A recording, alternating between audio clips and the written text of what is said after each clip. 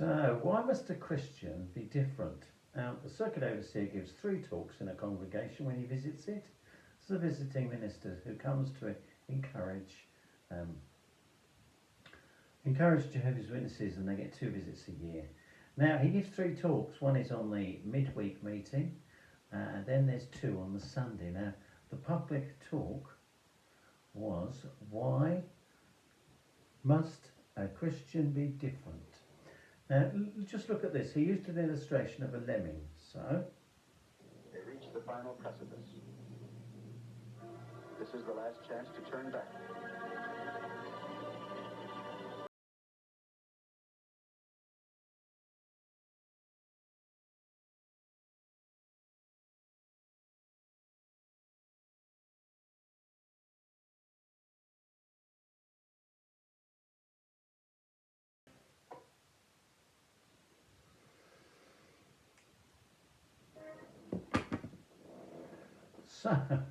So they're lemmings. They breed, multiply in Norway, and they're like little rat animals, and they go as a group. When they decide to move, they move as a complete group, and they go through everything, including jumping off cliffs into the water and drowning to death, as you saw there.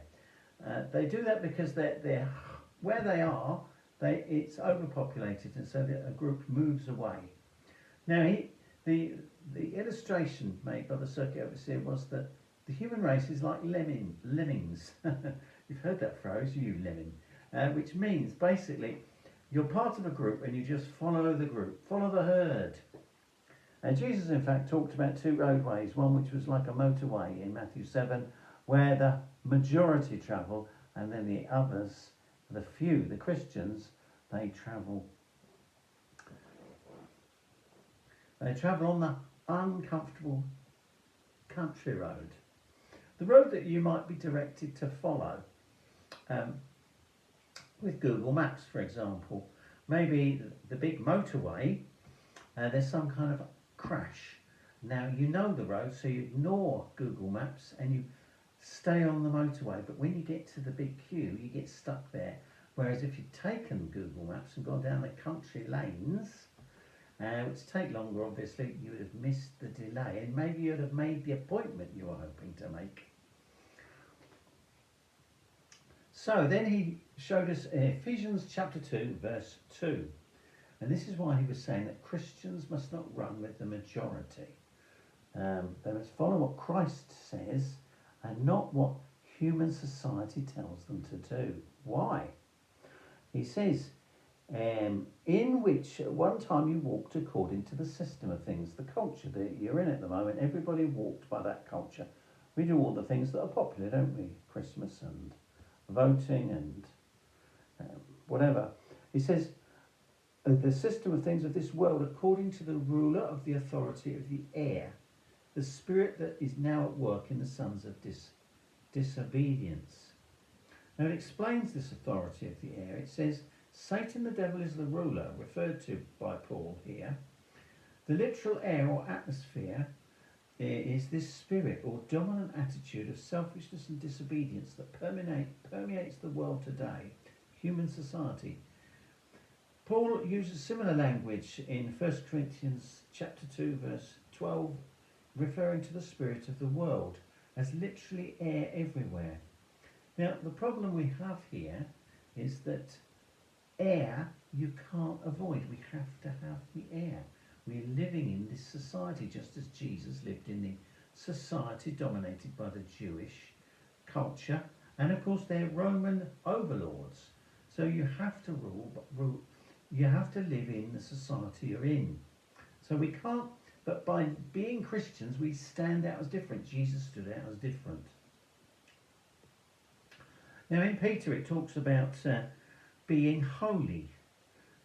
These scriptures will be in the subtitles, and that in Isaiah it says that God tells us, gives us instructions to benefit ourselves.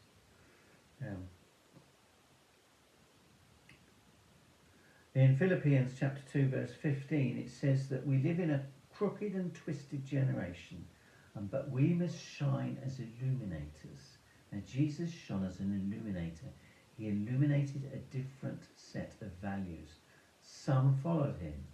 It didn't make him popular, but he got a following. Now if you're following what Jesus taught, then you're going to be in a minority, as were Jesus' apostles, disciples, as was Jesus himself, and who eventually came up against the authorities. And what happened to him? He wasn't very popular. So in Romans chapter 12, it talks about being moulded by this world, and we were asked, are you being moulded by this world or moulded by Christ's teachings?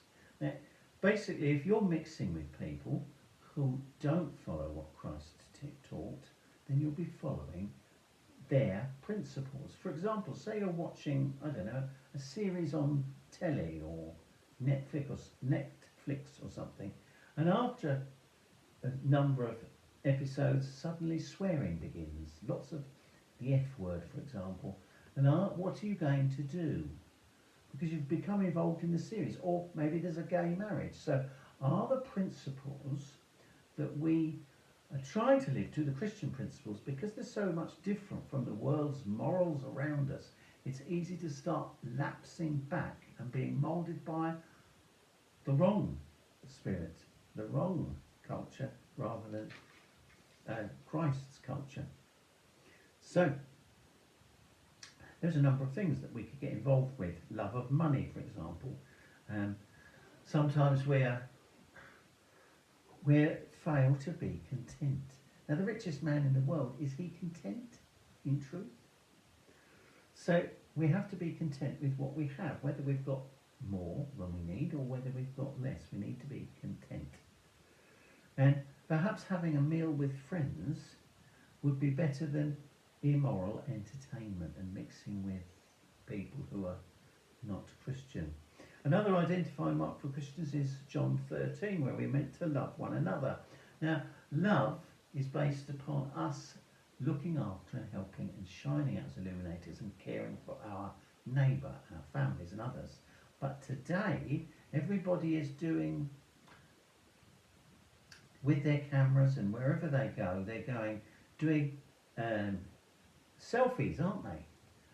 It's all me, me, me. I did this, I did that, I enjoyed this particular meal. And all these social apps are full of people doing selfies. So it's exactly the opposite, the selfishness. So are we wrapped up in that? It mentions here Moses. He was born as a prince. He was a prince in the world's leading country of the world, and yet it says he refused to have all those benefits. He decided to side with the slaves and had to flee for his life. So that's in Hebrews. So in this, one of the final scriptures in Peter, it says here in 1 Peter 5, he says, verse 8, he says, humble yourselves, verse 6, humble yourselves under the mighty hand of God, so that he may exalt you in due time. So that's the first thing we do, is we have to humble ourselves. We have to put our fleshly thinking second. We have to be careful who we mix with. We have to, why? It says here, that he may exalt you at his due time. And he says, all your worries and your pressures, because you stand out as different. It says here, it says, throw your worries or anxieties on him. Leave them with him. Pray to him. Leave them in prayer. In fact, the next video is all about prayer, the final talk. So that is really worth watching. That comes up there. And you'll actually see the circuit overseer speaking there. You won't have me going through my notes. He says here, knowing that the same kind of sufferings are being experienced in the entire association of brothers in the world. So you do have a group of Christians who are doing their best to stand out as different. So you're not on your own. So that's nice. And then the last letter of Peter mentions being at peace. He says here, we need to be spotless, unblemished, and in peace. So, in the final phrase is, by standing out different now, we will not be different in the new world of Christ's rulership. So, it was much enjoyed and appreciated. The original talk would have lasted 30 minutes. So, an abridged final talk is in that corner there. Thank you very much. Take care.